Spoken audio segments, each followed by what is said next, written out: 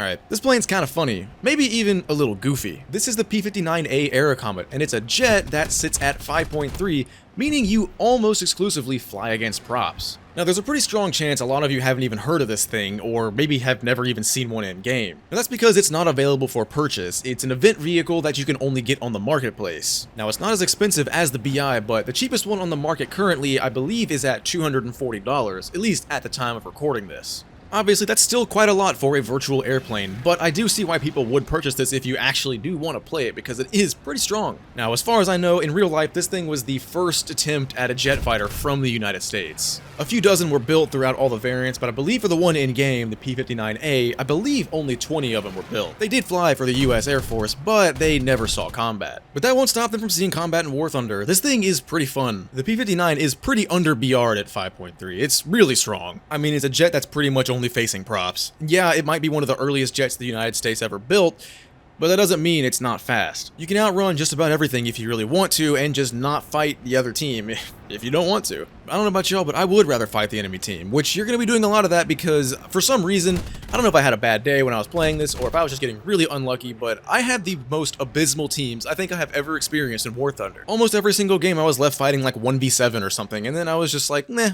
Let me just send it and die. Huge brain. Although, to be fair, in the beginning I was trying to sort of use this like a prop when you kinda can't. You don't have the engine that you can kinda just sit on at low speed. It is a jet, and that's kinda rule one. You gotta stay fast. Pretty much the only time you should be getting slow on this plane is if you are in a 1v1 and you know you can win. Which, most of the time, by the way, you can, because the turn rate of this thing is kind of insane if you still have any speed. But through turns, this plane does not hold that speed very well, so you end up slow pretty quickly, and once you are slow, you can kind of get dunked on by a prop. But as I said, the turn rate is kind of ridiculous, so you can get behind people really, really easily, even against something like an A6M5. Obviously, that's going to be a little bit more difficult than an FW190 or something, but you can get behind a Zero with relative ease if you're careful. In that specific scenario with an A6M, you kind of need the speed though starting out, otherwise you're probably going to be boned. But I guess that statement could be applied to like pretty much every plane. If you're going against a Zero, you need speed and altitude, Lamau. Okay, time for some gameplay. This plane is really good at doing this. Getting people right behind you, allowing them to think they're going to get a shot on you, but you pull so hard you can kind of just deny the shot. If they keep turning in, trying to get a shot on you, they're going to basically just fly right past you, and you can stay out of their guns the entire time because you turn so tight at such a low speed. G6 is going to end up right in front of my guns. I can put my nose wherever I want to. Ding, he's dead. Alright, how about we do that again with a D13 instead of a 109? Gonna try and do the same thing, bait him into thinking he can get a shot off when in reality he can't because that plane doesn't turn nearly as good as this, and then trying to get right behind him.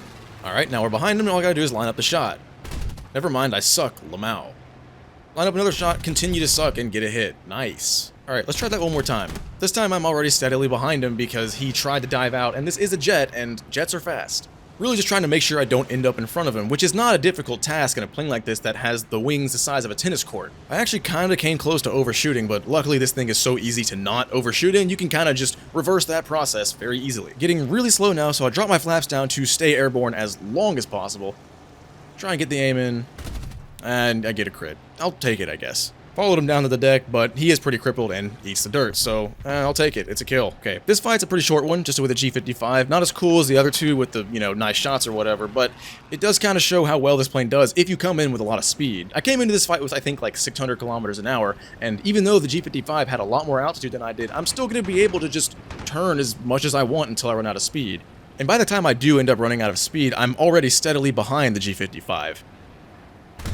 And I set him on fire. Skip to where I finish him off so you don't have to see my abysmal aim. Alright, not gonna give you a full game today because I didn't really have any full games that I found interesting enough to put in a video. So I'll leave you with my thoughts on the P-59. It's really fun. Like, actually, it's pretty fun. The guns are a little weird, honestly. 450 cals and the 37 with the HE. I'm pretty sure HE's kind of, boofed right now, but I don't know for sure. Definitely feels like it sometimes. Oh yeah, I forgot to talk about this in the beginning, but the matchmaker for this thing has actually been kinda nice. I'm getting, like, mostly historical matchups. Normally it's like US versus Germany or US and Britain versus Germany and Italy, which has been really fun, and it kind of brings back some of that immersion that War Thunder hasn't had for a while. I don't know why historical matchups are happening out of nowhere, but I like it. I hope it keeps happening. That and the fact that Airfield AAA doesn't seem to be shooting at enemy planes right now is making for a pretty good time in props. I'm actually kind of having fun right now. Alright, that's about all I got on the P-59A. I'm going to keep playing it as long as I have this test drive because I am kind of enjoying it.